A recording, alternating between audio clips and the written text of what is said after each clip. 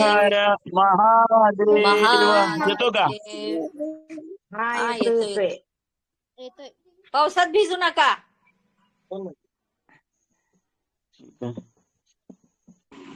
श्री येतोय गुरुभ्यो येतोय आवाज. नमः.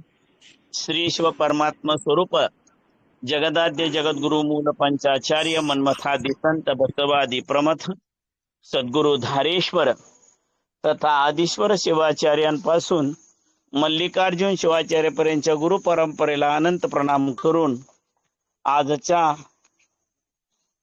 कालाष्टमीच्या दिवसावरती आज आपण सर्वजण अनन्य भावाने इथे उपस्थित आहोत. आपणा सर्वांनाच माहित आहे प्रत्येक महिन्याची वद्य अष्टमी ही कालाष्टमी म्हणजे कालभैरवाची अष्टमी आहे.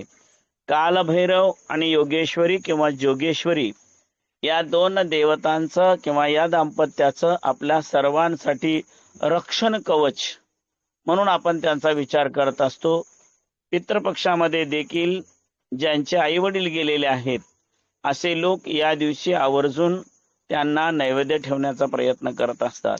आणि वीरसेवांची परंपरा पाहत असताना वागर्थाविव संपृक्तो वागर्थ प्रतिपत्तये जगद पितरो वंदे पार्वती परमेश्वर या न्यायाने त्यांनी इष्टलिंगाची अर्चना करून त्यामध्येच आपल्या पूर्वजांना आई वडील असतील किंवा आणखी पूर्वज असतील त्या सर्वांना तृप्त करण्याचा प्रयत्न करीत असतात.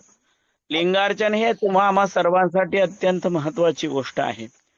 मग तेच पिंड रूपाने किंवा तेच श्राद्धाच्या निमित्ताने वेगवेगळ्या पद्धतीने आपल्या पूर्वजांना तृप्ती लाभावी आणि आम्हाला समाधान लाभावं, आमच्या वारसांना देखील पुढे आनंद प्राप्त व्हावा या हेतूने या सर्व धार्मिक प्रक्रिया केल्या जातात. परंतु आज दुर्दैवाने आपल्याला असं पाहायला मिळतं की आपण फक्त आई वडिलांना नैवेद्य ठेवून मोकळे होत असतो. त्यांनी जिवंत असताना कदाचित एखादी वस्तू मागितली असेल तर ती देण्याचं धाडस आपण कधी केलं नाही. बऱ्याच वेळा त्यांना गप्प बसवण्यामध्येच कशाला नाही ते खाऊ वाटते तुम्हाला असं म्हणत आपण त्यांना त्या त्या पदार्थापासून वंचित ठेवलं आणि नंतर मात्र त्यांनी हे मागत होते त्यांनी ते मागत होते असं म्हणून नैवेद्याला किंवा या कार्यक्रमाच्या निमित्ताने अनेक लोक ठेवताना दिसतात. मात्र इष्टलिंगार्चन करत असताना देवाला समर्पित केलेली प्रत्येक गोष्ट प्रसाद आहे या भावनेनेच स्वीकारली जाते. कोणत्याही परिस्थितीमध्ये लिंगार्पित केलेला पदार्थ आहे ते अमृतच आहे असं समजून घेतलं जातं आणि त्यांना सुद्धा अमर आहे आणि त्या अमृत तत्व स्वरूपात असलेल्या त्या परमात्म्याशी तादात्म्य पावण्याकरता म्हणून इष्टलिंगार्चन आहे. बहुतेक लोक फक्त पूजेमध्ये गुंतून राहतात असंही बऱ्याच वेळा आपल्याला पाहायला मिळतं. तासन तास पूजा केली पाहिजे असं नाही, कारण पूजा नंतर जप त्यानंतर ध्यान ही अवस्था आपल्याला सांगितलेली आहे. आम्ही सर्वांनीच या अवस्थेकडे गेलं पाहिजे. जपतो नास्ति पातकम असं देखील आपल्याला म्हटलेलं आहे आणि म्हणून जास्तीत जास्त आपल्याकडून जप झाला पाहिजे. जप म्हणजे माळ घेऊन एका जागेवर बसलं पाहिजे असं नाही. आसनी शयनी भोजनी गमनी प्रेमेशु लपाणी स्मरावातो असं म्हटलेलं आहे. काम तर करत राहायचं, आपलं कुठलंही काम थांबता कामा नये. फक्त प्रत्येक काम नाम घेत केलं पाहिजे हा त्याच्या पाठीमागचा मुख्य हेतू आहे. केवळ पूजा जप ध्यान करत बसा आणि काम सोडून द्या असं कधीच सांगितलं नाही. तुम्ही जी जी तुमची कर्म आहेत ती सगळी कर्म नामस्मरणच केली पाहिजेत अशा प्रकारचा भाव आपणाला सगळ्यांनी सांगितलेला आहे. आणि म्हणून संत असू देत, सज्जन असू देत किंवा सद्गुरू असू देत, सर्वांनीच आम्हाला पहिल्यांदा तुम्ही तुमच्या देवाची अर्चना करा, परंतु ती करत असताना त्याचं नामस्मरण करत राहा. पूजा करण्यासाठी तुम्हाला एका जागेवर बसून राहावं लागेल, पण नामजप करत असताना तुमचं तोंड रिकामच आहे, हाताला काम करायचं आहे, हाताने काम करत राहू शकता आणि मुखाने नाम घेऊ शकता. प्रत्येकाच्या जीवनामध्ये त्या नामाचं महात्म्य लक्षात ठेवलं पाहिजे आणि कोणतीही कृती करत असताना त्याच्या जोडीला जर नाम असेल तर त्याच्यामध्ये आणखी वेगळी शक्ती येत असते. लक्षात ठेवा, आयुर्वेदिक औषधं वगैरे देत असताना किंवा प्रत्यक्ष डॉक्टर सुद्धा औषध देत असताना कसलं तरी मोठं एखादं ऑपरेशन असेल, शस्त्रक्रिया असेल तर ते तुम्हाला लिहून घेतात की बाबा याचं बरं वाईट काही झालं तर त्याला मी जबाबदार नाही, पण त्याच वेळेला तुम्हाला आधार देताना सांगतात तुमचा ज्या देवावर विश्वास आहे त्याचं नामस्मरण करा. माझं काम आहे मी तुमची शस्त्रक्रिया करेन, माझं काम आहे मी माझ्याकडून जेवढं जास्तीत जास्त काय करता येईल ती क्रिया माझ्या पद्धतीने मी करेन, पण शेवटी तुम्हाला याच्यातून वाचवण्याचं काम परमात्मा करणार आहे. म्हणजे अखेरची वेळ आहे ही, देवाशिवाय पर्याय नाही. आणि तो देव डॉक्टर रूपाने तुमच्या समोर येत असतो, वैद्य रूपाने तुमच्या समोर येत असतो आणि त्याच्या कृतीने आपल्या येणाऱ्या विकाराला किंवा आपल्या येणाऱ्या अडचणीला, दुःखाला पर्याय प्राप्त होत असतो. डॉक्टर एक दुसरा देव म्हणूनच आपल्या समोर येत असतात. खऱ्या अर्थाने आजचे डॉक्टर तसे आहेत की नाही अशी शंका अनेकांच्या तोंडामध्ये येत असते. अनेक लोक सांगतात हे रक्त तपासून आणा, ते अमुक करा, ते तमुक करा. म्हणजे एकदा सुरुवात झाली की ह्याच मेडिकल मधून औषध आणा, त्याच माणसाकडून रक्त तपासून घ्या, त्याच माणसाला सांगा. या विशिष्ट अशा प्रकारच्या इतर सेवाधारी मंडळी आहेत, म्हणजे कुठला वॉर्ड बॉय असेल, सिस्टर असेल, काय असेल, त्यांना सांगा, दुसरं कोणी चालणार नाही. किंवा याच रूम मध्ये, आमच्याच रूम मध्ये तुम्हाला थांबावं लागेल, तुम्ही आजूबाजूला जाऊन थांबणार नाही. या आणि अशा प्रकारच्या अटीमुळे डॉक्टर बद्दलचं मत कमी झाल्याचं चिन्ह आपल्याला पाहायला मिळतं. डॉक्टर बद्दल अनेकांच्या मनामध्ये शंका आहे की ही यांची काहीतरी एक गँग निर्माण झालेली आहे, त्यांची लिंक आहे आणि ते एकमेकाला अशा प्रकारे करतात. परंतु बऱ्याच वेळा त्याचा दुसऱ्या बाजूने आपण विचार केला तर आपल्या लक्षात येतं की त्या डॉक्टर तिथेच थांबतात आणि त्याजवळ जर तुमची व्यवस्था असेल तर त्यांना ऐन वेळेला, अगदी निकडीचा प्रसंग असेल, अत्यंतिक तातडीची वेळ असेल, त्यावेळेला पटकन डॉक्टर तुमच्या जवळ येऊ शकतात. त्यांनी सांगितलेले जे ठराविक 24 तासातले कदाचित 8-8 तास असेल, 12-12 तास असेल, ते जे सेवक आहेत ते सुद्धा तुम्हाला त्या वेळेला येऊन मदत करतील. आणि म्हणून त्यांच्या सानिध्यात राहिलं पाहिजे, त्यांच्या जवळ राहिलं पाहिजे. आणि कदाचित थोडे 5-2 रुपये इकडे तिकडे तुमचे कमी होतील, पण तुम्ही 10 रुपये कमी करायला जाणार आणि दुसऱ्या कुठेतरी असणार आणि डॉक्टरला येण्याकरता मात्र 2 तास जाणार आणि त्यामध्ये आपल्याला 2 मिनिटासाठी एखाद्या रुग्णाचे जीव जाण्याची परिस्थिती निर्माण होत असते. म्हणून हे सगळे जवळ व्हावं या हेतूने आणि या सगळ्या कृती करत असताना त्याचा शेवटी दुरुस्ती आहे, निगा आहे, त्याचबरोबर सेवकांचा पगार आहे, या सगळ्या गोष्टीचा विचार करता डॉक्टर आपल्याकडून 4-2 रुपये जास्त घेताना दिसतात. ही परिस्थिती आहे. आपण सुद्धा फार हुशार आहोत. आपणाला खाजगी दवाखाना आवडतो, सरकारी दवाखान्यात आपण जात नाही. त्याच पद्धतीने आजची आपली सर्वांची परिस्थिती अशी निर्माण झालेली आहे. आमच्या वीरशैव संप्रदायामध्ये एक परंपरा आपल्याला माहित आहे, जगद्गुरु आचार्य शिवाचार्य, जगद्गुरु आहेत, शिवाचार्य आहेत, त्यानंतर पुरोहित आहेत, त्यानंतर गावागावात विधी करणारा, साधी गोष्ट नुसतं तुमच्याकडे पीठ मागायला येतील, दक्षिणा मागायला येतील आणि ती दक्षिणा घेत असताना तुम्ही जर तुमच्या धर्माप्रमाणे वागत नसाल तर ते तुम्हाला त्यावेळेलाच वेगळ्या प्रकारची शिक्षा देतील किंवा सूचना देतील आणि तुम्ही असं राहता कामा नये. लिंगपूजा केली पाहिजे. अनेक वेळा अज्ञानाने, नाही ते मासिक धर्म आहे मी कशी पूजा करू म्हणून महिला मंडळी लिंग काढून ठेवतात.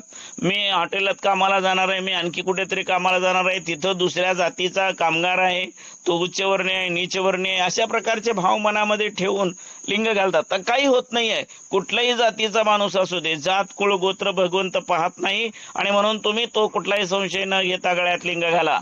4 दिवस असले तरी सुद्धा सर्दी खोकला जसं होतो तसाच तो एक वेगळा विकार आहे.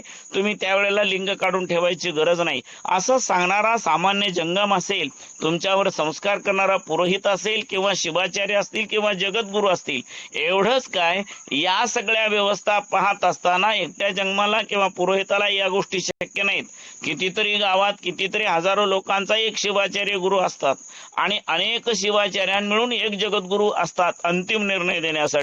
राष्ट्रपती अनेक नसतात, खासदार अनेक नसतात, आमदार अनेक नसतात, ठराविकच असतात. पण त्या विभागामध्ये मात्र ग्रामपंचायतीत गल्ली गल्लीला सदस्य असतो आणि तो सदस्य त्या गल्लीचं काम पाहत असतो.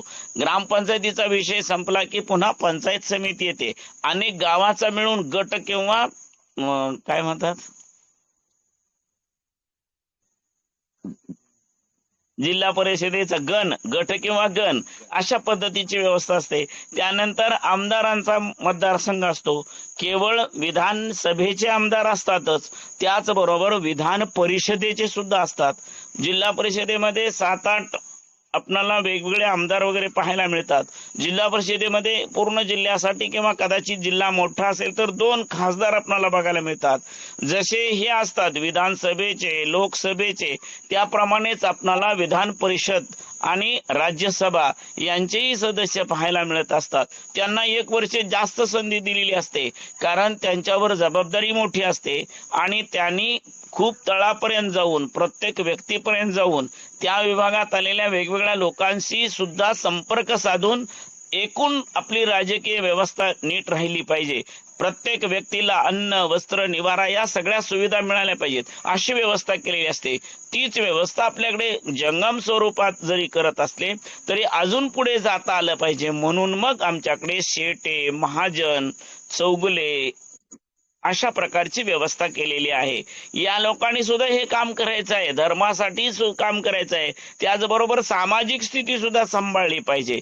बऱ्याच वेळा धर्माच्या नावाखाली किंवा अनेक वेळा वधूवराच्या दोघांच्या वादविवादातून अलीकडे तर भरपूर वादविवाद आपल्याला पाहायला मिळतात. हे मूल माझं आहे की नाही इथून सुरुवात होत असते. सुशिक्षित मंडळी, लक्षात ठेवा, अशिक्षित लोक होते त्यांना अशी शंका कधीच आली नाही, पण ही सुशिक्षित मंडळी जेवढी निर्माण झालेली आहेत त्यांना माहित आहे तारीख, वेळ, आपण कुठे होतो, कुठं राहिलो, काय होतं, यानंतर किती दिवस आणि किती महिन्यांनी आपल्याला जन्म होणार, सगळं विज्ञान माहित आहे. पण हे विज्ञानवादीच मंडळ आहे, जास्तीत जास्त डॉक्टर आणि जास्त शिकलेली मंडळी आहेत, यांच्यामध्येच पती पत्नीचे वादविवाद जास्त होताना दिसतात. तेव्हा असा कसलाही व्यक्ती असू दे, समाजामध्ये होत असलेली कोणती गोष्ट, अगदी एखाद्या गुरावरून असेल, बांधावरून असेल किंवा घरामध्ये असलेल्या व्यक्तीमधून असेल, कुठल्याही प्रकारचा वादविवाद असला तरी तो सामाजिक दृष्ट्या, धार्मिक दृष्ट्या आणि नैतिक दृष्ट्या व्यवस्थित सोडवण्याचं कार्य ही जशी समाज व्यवस्था करते तीच व्यवस्था आपल्या धर्मामध्ये आहे. आणि धर्माबरोबरच धर्मकर्म ते अत्यंत महत्वाचं आहे. यतो धर्मस्ततो जयः. लक्षात ठेवा, भारतातल्या लोकांना अंधश्रद्धा म्हणून धर्मापासून बाजूला नेलं आणि जसे जसे आपण 1984-85 सालापासून धर्मापासून बाजूला चाललो, नेमका महाशिवरात्री किंवा श्रावण मास किंवा नवरात्र किंवा गुढीपाडवा असे विशेष सण आहेत, त्याच वेळेला कुठली तरी परीक्षा लादण्याचं कार्य सरकार करत असतं. सरकारचं डोकं ठिकाणावर आहे का असं म्हणणारे टिळक आगरकर जे पूर्वी होऊन गेले, तसं आता आपणाला सुद्धा म्हणावं लागतं की सरकारचं डोकं ठिकाणावर आहे का? या सरकारला सण उत्सव माहित नाहीत का? हे काही ख्रिश्चन आहेत की मुस्लिम आहेत की आणखी कुठल्या धर्माचे आहेत, यांना आपल्या धर्माची माहिती नाही का? नेमक्या सणा दिवशी, गुढीपाडव्या दिवशीच कशा प्रकारे परीक्षा येत असते. आपल्याकडे आषाढी कार्तिकी उत्सव असतात, अनेक लोक पदयात्रेच्या निमित्ताने तिकडे जातात. मग त्यावेळेला सहभागी होण्यासाठी सर्व लहान थोरांना एकत्रित येण्याचा एक मोठा महामेळावा असतो. अशा वेळेलाच परीक्षा लादल्या जातात आणि हे आमचे धार्मिक उत्सव कमी पडण्याचे प्रयत्न केले जातात. सर्व दृष्टीने निवडणुका सुद्धा अशाच वेळेला घेतल्या जातात की ज्या वेळेला धार्मिक पद्धतीने काम करणारे तरुण आहेत ते इकडे व्यसनात अडकले पाहिजेत, नको त्या हॉटेलमध्ये जाऊन काय वाटेल ते खात पीत बसले पाहिजेत. अशी व्यवस्था आपली केली गेली आणि त्या व्यवस्थेचा परिणाम, लक्षात तेव्हा व्यवस्थेला अव्यवस्था असंच म्हटलं पाहिजे.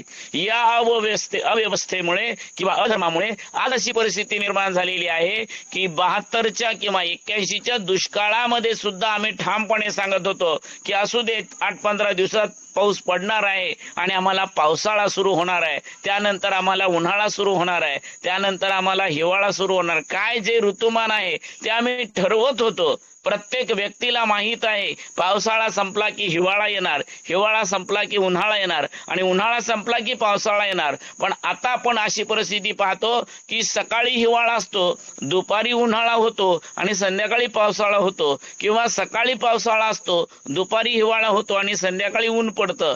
या सगळ्या विचित्र अवस्थेचं कारण जर कोणतं असेल तर आपण आपल्यावर विश्वास असलेल्या देवावरचा विश्वास संपवून घेतलेला आहे. आता देवाचा आपल्यावर विश्वास राहिलेला नाही. कथा पूर्वीची एक सांगितली जाते की आमच्या पूर्वजाने देवाला खालचा भाग पाहिजे होता असं म्हटल्यावर त्यांनी गहू ज्वारी बाजरी केली आणि देवाला फक्त ताटं दिली. त्यानंतर देवाने सांगितलं मला वरचा भाग पाहिजे. त्यावेळेला ह्यांनी भुईमुग केला आणि त्याला फक्त पाला देण्याचा प्रयत्न केला. देवाने सांगितलं मला मधला भाग पाहिजे. त्यावेळेला ह्यांनी मक्याची कणस केली, मधली कणस काढून घेतली आणि कडबा फक्त देवाला दिला. अशा पद्धतीने आमच्या पूर्वजांनी देवाला फसवलं. मग त्यांचीच वारस, त्यांच्याच रक्ताची आम्ही, मग आता तरी देवाला फसवल्याशिवाय कसं राहणार? आणि म्हणून आता सुद्धा आम्ही अशाच पद्धतीने वागत आहोत. पूजा करायची, पून नामक नरकात राहते ते पुत्र असं म्हटलेलं आहे, परंतु पुत्र पूजा करायला तयारच नाही. पुत्र कुठंतरी पारकट्ट्यावर बसलेला आहे, बारमध्ये गेलेला आहे, अशी चित्र आपल्याला पाहायला मिळत आहेत. आणि महिला मंडळी पूजा करताना दिसतात. लक्षात ठेवा, महिलांनी पूजा करू नये अशा पद्धतीचा माझा प्रचार प्रसार नाही, परंतु त्यांचं काम आहे अन्नपूर्णा बनून आम्हाला नैवेद्य करून द्यायचं आहे. आणि आमचं काम आहे आम्ही पुजारी बनून देवाची योग्य वेळेला सूर्योदय आणि सूर्यास्ताच्या वेळेला पूजा केली पाहिजे. ज्या वेळेला सूर्याला सुंदर अशा प्रकारचा केसरी त्यागाचा रंग असतो, त्यावेळेला आम्ही आमचं भौतिक जे सुख आहेत किंवा संसार ज्याला म्हणतोय, या संसाराचा संसारी सुखाचा त्याग करून फक्त परमात्म्याचं नामस्मरण, चिंतन, जप, ध्यान हीच गोष्ट आमच्याकडून घडली पाहिजे.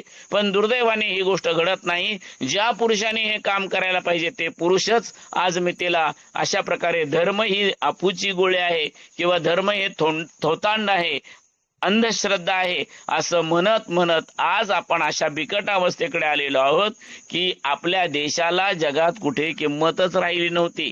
आपल्या राष्ट्रपतीला, आपल्या पंतप्रधानाला कुठल्याही देशात गेल्यानंतर 2-2, 3-3 दिवस बसावं लागत होतं. एवढंच काय, पण विमानातून प्रवास करत असताना त्यांना आपली कपडे उतरावी लागत होती. इतक्या प्रकारे अविश्वास निर्माण झाला होता.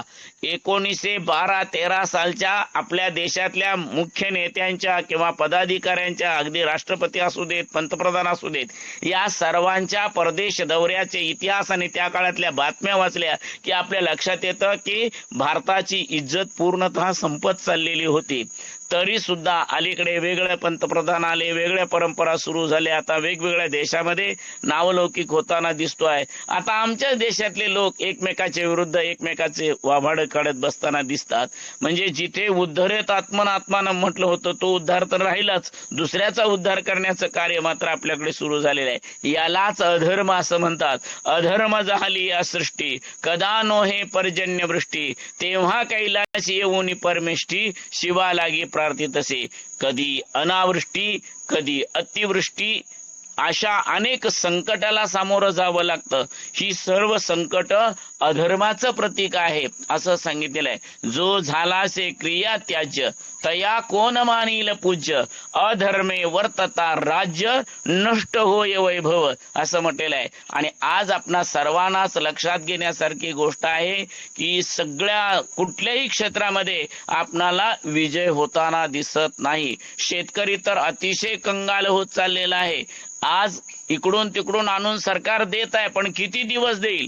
जागतिक बँकेकडून कर्ज घेतलं जात, हे पदार्थ आहेत, धान्य आहे वगैरे या गोष्टी. आता तेल सुद्धा देणं लोकांनी बंद केलं, तेल यायचं बंद झालं, इतर धान्य पदार्थ सुद्धा यायचे बंद होतील. आणि आम्ही तर शेतीकडे जायला तयारच नाही. आमचा तरुण वर्ग जो ज्याला म्हणतो आम्ही, त्याला जनावरांचं शेण काढायला आवडत नाही, मातीत हात घालायला आवडत नाही, कुठल्याही प्रकारची शेती करण्याची त्याची तयारी नाही. आणि अशा प्रकारे आता जसं एका काळामध्ये मुली नको फक्त मुलगाच पाहिजे असं म्हणून आम्ही बसलो आणि आता 50-50 वय झालं तरी मुलांना मुली मिळत नाहीत, मुलीच नाही तर देणार कुठून, अशी परिस्थिती होती.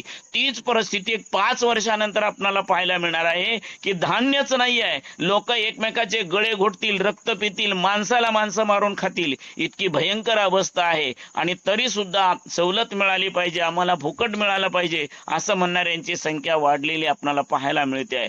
प्रत्येकाला ते पाहिजे. मग आमची लाडकी बहीण असू दे, लाडके भाऊ असू देत, किंवा आता बीसी, ओबीसी, एसटी, एनटी, घंटी, ह्या सगळ्या ज्या प्रकारे आपण पाहतो आहे, यातून आपण आपल्या देशाचं नुकसान करतो आहे, आपण आपल्या संस्कृतीचं नुकसान करतो आहे.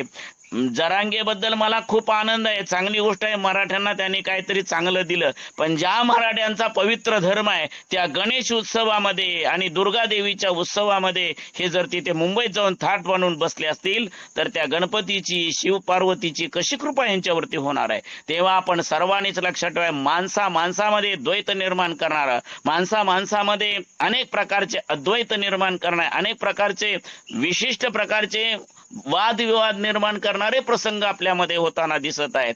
आता त्यांनी ह्या मराठ्यांचं संपलं की आता ओबीसी लोकांचं सुरू झालं.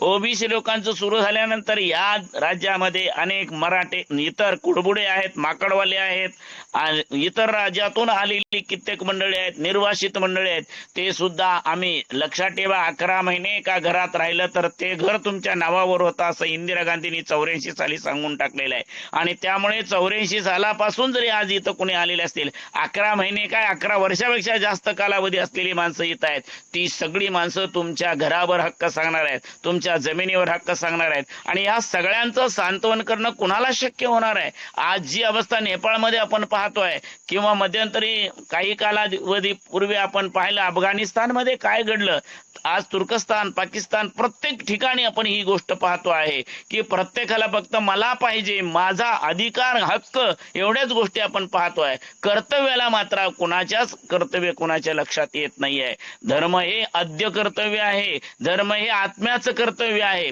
ते आपण विसरून चाललेलो आहोत. भोजन हे शरीराला आवश्यक आहे, तसं भजन आत्म्याला आवश्यक आहे, ही गोष्ट आपण विसरून चाललेलो आहोत. आमच्या आत्म्याची शांती झाल्याशिवाय शरीराला तृप्ती मिळणार नाही आणि शरीर तृप्त झाल्याशिवाय जगात शांती नांदणार नाही. हे कधीतरी आमच्या लक्षात आलं पाहिजे. तुमच्या आमच्या सर्वांच्या जीवनामध्ये धर्माला अत्यंत महत्व आहे. यतो धर्मस्ततो जय असं म्हटलेलं आहे.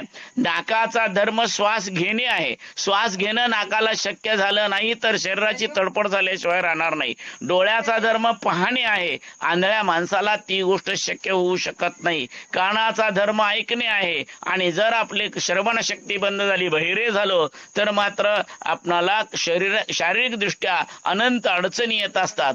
त्याचप्रमाणे या जगामध्ये जे कोणते, कोणी पूजा धर्म आहे, कोणाचा जप धर्म आहे, कोणाचा ध्यान धर्म आहे, कोणाचा धारणा धर्म आहे, वेगवेगळ्या प्रकारे विपश्यना करणारे असू देत, मोठमोठ्याने ओरडून प्रार्थना करणारे असू देत, किंवा हातावर लिंग घेऊन पूजा करणारे असू देत, देवाऱ्यात मांडलेल्या देवाची पूजा करणारे असू देत, किंवा मंदिरातल्या मूर्तीची पूजा करणारे असू देत, या सगळ्या सेवा शुश्रूषा व्यवस्थित चालल्या तरच जगाला शांतता लाभणार आहे. पण आपण फक्त जागतिक शांततेचा विचार करतो आणि स्वतःच अशांत होऊन जगभर फिरतो. ही परिस्थिती पाहिली तर मात्र आपल्याला कधीच सौख्य लाभणार नाही. सर्व जग सुखी व्हावं, सर्वांना आनंद व्हावा, याच्यासाठी आपण देवाची पूजा करत आहे. देवाची पूजा केल्यानंतर तो प्रसन्न होणार आहे. जसं एखादा आमदार किंवा मंत्री, लक्षात ठेवा, आमदारांपेक्षा मंत्र्याला पण जास्त महत्व देतो, मंत्र्यापेक्षा मुख्यमंत्र्यांना जास्त महत्व देतो, त्यांच्यापेक्षा अजून आपल्याला खासदार प्रिय वाटतात, खासदारांपेक्षा पुन्हा तिथला मंत्री, केंद्रातला मंत्री आपल्याला महत्वाचा वाटतो, आणि पंतप्रधान असतील तर संपूर्ण देशच आमच्या अज्ञेत राहणार आहे किंवा देशच आमचा मित्र आहे, सखा आहे, या भावनेने आपण जगत असतो. तसंच परमात्मा आणि आमचा जीवात्मा ह्या दोघांचं खूप मोठं सख्य आहे. ते लक्षात घेऊन आम्ही जगण्याचा प्रयत्न केला पाहिजे. धर्म कर्म असं काही सांगितलं नाही 24 तास तुम्ही पूजा करत बसा, 24 तास जप करत बसा, अशी अवस्था नाहीये. तुम्ही सहज काम केलं पाहिजे, पण तरी देखील आम्हाला 21,600 वेळ नाव घेतलं पाहिजे असं सांगितलेलं आहे. त्यामध्ये सुद्धा गुरुवर्याने आम्हाला सोपा मार्ग करून दिला. हरकत नाही, वरची शून्य काढा, 218. त्यावेळेला सुद्धा मी श्वास घेतो तेवढाच माझ्या फायद्याचा आहे, मी श्वास सोडतो तो काय माझ्या उपयोगाचा आहे, म्हणून 108च जप करेन असं आम्ही म्हटलो. गुरुनी ते सुद्धा मान्य केलं. ठीक आहे, 108 वेळ तरी का सेना जप कर. पण आता एकही विसरून चाललो आणि 8ही विसरून चाललो, शून्यावर आपण आलेलो आहोत. आणि मग आपल्याला शून्यवत पाहण्याची वेळ येत आहे. कुणी खाली बघतोय, कुणी वर बघतोय, कुणी वाकडा बघतोय, कुणी तिकडा बघतोय, अशी परिस्थिती आपली सर्वांची झालेली आहे. सर्व जगच आपणाला शून्यवत झाल्याची परिस्थिती पाहायला मिळते. हे सर्व कशामुळे घडत आहे तर धर्म नाही म्हणून. कदाचित अधर्म सर्वत्र असेल असं मला नाही म्हणायचं, काही लोकांचा धर्म चालू आहे म्हणून तर ही सृष्टी चालू आहे, पण तरी देखील आपणा सर्वांना पूर्णतः आनंद मिळावा असं वाटत असेल तर देवावर पूर्ण विश्वास असला पाहिजे.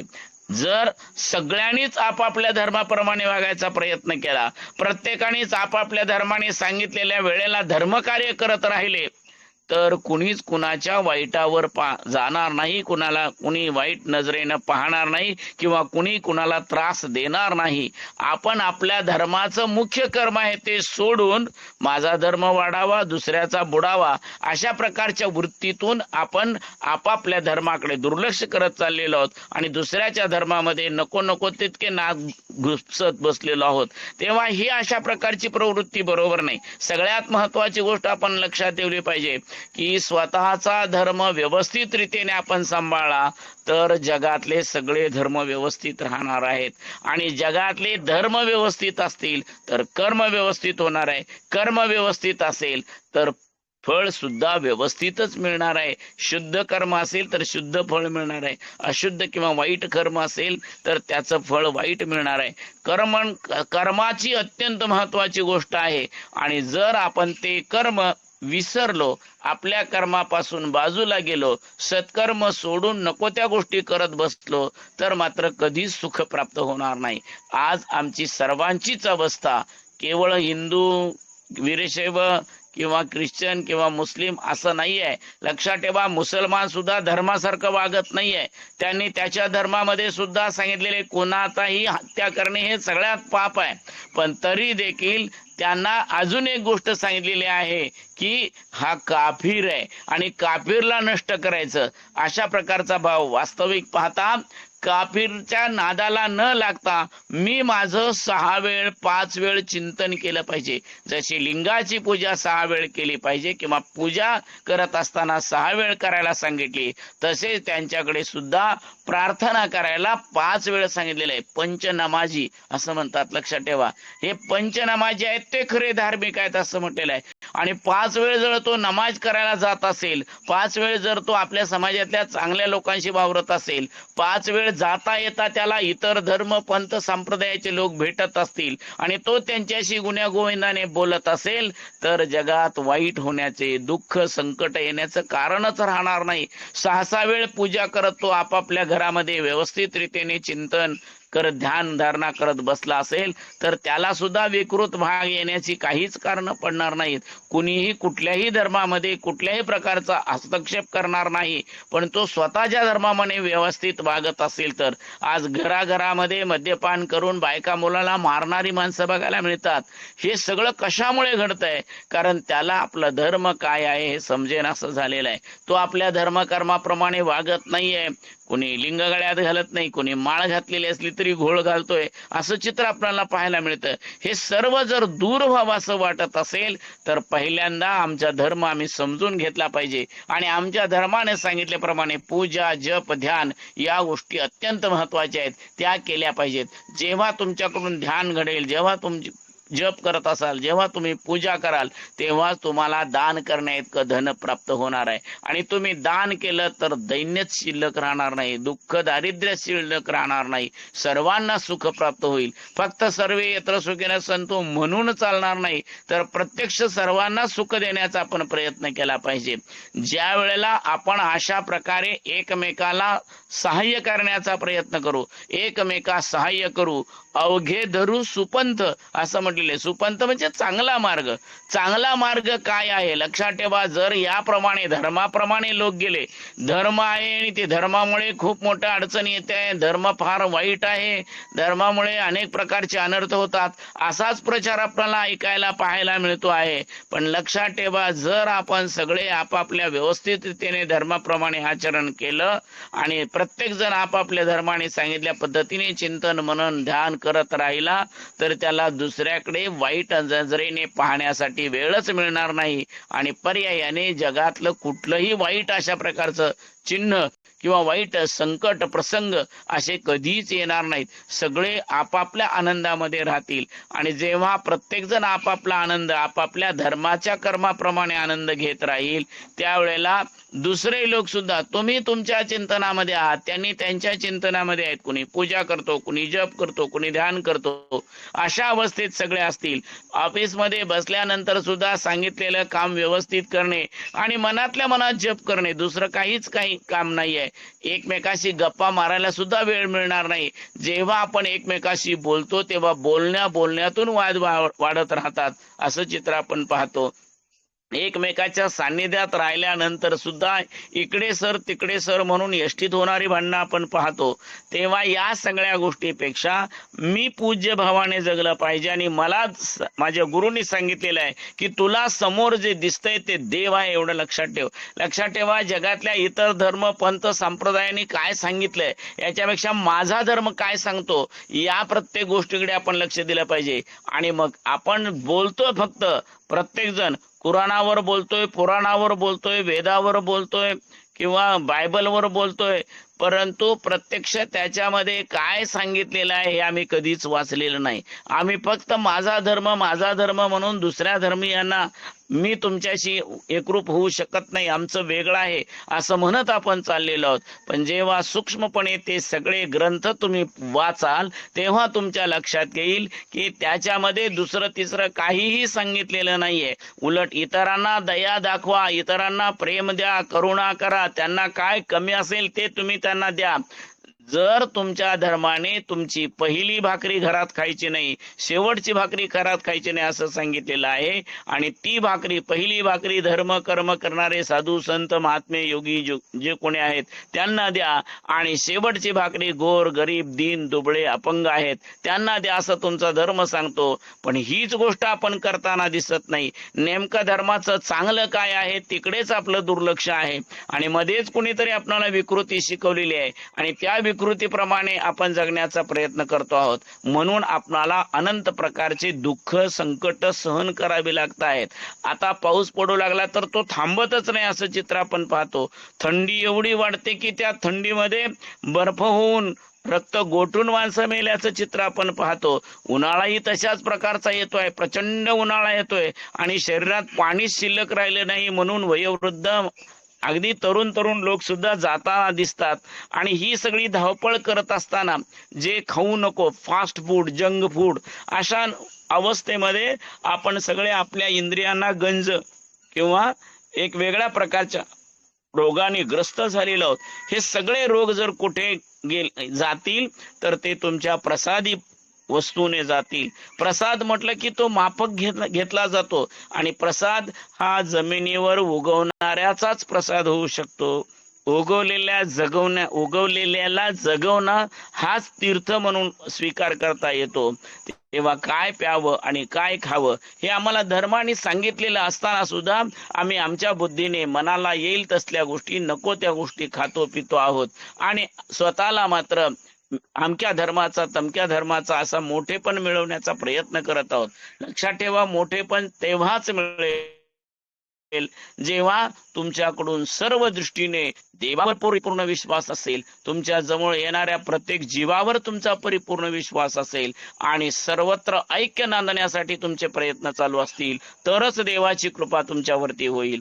आणि ती कृपा झाल्यावर पिढ्यानपिढ्या, कमीत कमी पुढच्या 7 पिढ्या आणि मागच्या 21 पिढ्या या सर्वांचं कल्याण, सौख्य, त्यांची आत्मशांती आणि आमच्या पुढच्या संतानासाठी उचित अशा प्रकारची प्रगती साधण्यासाठी या धर्माची आवश्यकता आहे, धर्म कर्माची आवश्यकता आहे, पूजा जप ध्यानाची आवश्यकता आहे. हे तुम्ही आम्ही सर्वांनी लक्षात ठेवलं पाहिजे. आणि तशा प्रकारे वागून आपल्या पूर्वजांच्या आत्म्याला देखील आणि आपल्या आजूबाजूला वावरत असलेल्या सर्व धर्मीयांना त्यांचं काम करण्यासाठी सुवर्ण संधी द्यावी. आणि मी माझ्यासाठी आणि माझ्या वंशजांसाठी माझ्या धर्माचं योग्य रीतीने आचरण करायचं आहे, एवढा साधा संकल्प जरी आपण केला तरी आपल्या जीवनाला चैतन्य येऊ शकतं. आणि तशा प्रकारे चैतन्य येऊन संपूर्ण जगामध्ये शांतता, समता, बंधुता, एकता वाढावी अशा प्रकारची भावना व्यक्त करतो आणि हे वाक्पुष्प सद्गुरु चरणी समर्पित करतो. ओम शांती शांती शांती. सद्गुरु धारेश्वर महाराज की जय. सद्गुरु मल्लिकार्जुन शिवाचार्य महाराज की जय. सद्गुरु आदिराज बाबा शिवाचार्य महाराज की जय. येती अमावस्या रविवारी येते आहे. आणि त्या दिवशी आपणा माता भगिनींना सुद्धा मंदिरामध्ये प्रवेश मिळतो. म्हणून या अमावस्येला रविवारी 21 तारखेला ज्यांना शक्य आहे सकाळी 6 वाजल्यापासून सायंकाळी 6 वाजेपर्यंत कोणीही महिला मंडळी या ठिकाणी येऊन धारेश्वर पिंडीचं दर्शन करू शकतात. आपापल्या परिसरामध्ये असलेल्या एखाद्या तळ्याचं असेल, कुंडाचं असेल किंवा नदीचं तलावाचं पाणी घेऊन तुम्ही इथे आदिलिंग धारेश्वराला समर्पित करू शकता. आणि पुन्हा तुमचा नवरात्राचा वगैरे कार्यक्रम असल्यामुळे सकाळी लवकर येऊन तुम्ही परत गेलात तरी तुमच्या पुढच्या नवरात्र कार्यक्रमाला देखील आनंद प्राप्त होऊ शकतो. सर्वांनीच उद्या नवरात्राबद्दलच आपण बोलू. सर्वांनीच या नवरात्राची तयारी करावी आणि सर्व पितृ अमावस्येच्या निमित्ताने धारेश्वरच्या या आदिलिंगाचे दर्शनासाठी यावं अशा प्रकारचं निमंत्रण करतो. ओम अस्तु. सद्गुरु धारेश्वर महाराज की जय. ओम नमः जय धारेश्वर महाराज. साष्टांग नमस्कार. ओम नमः शिवाय. सर्व भक्तांना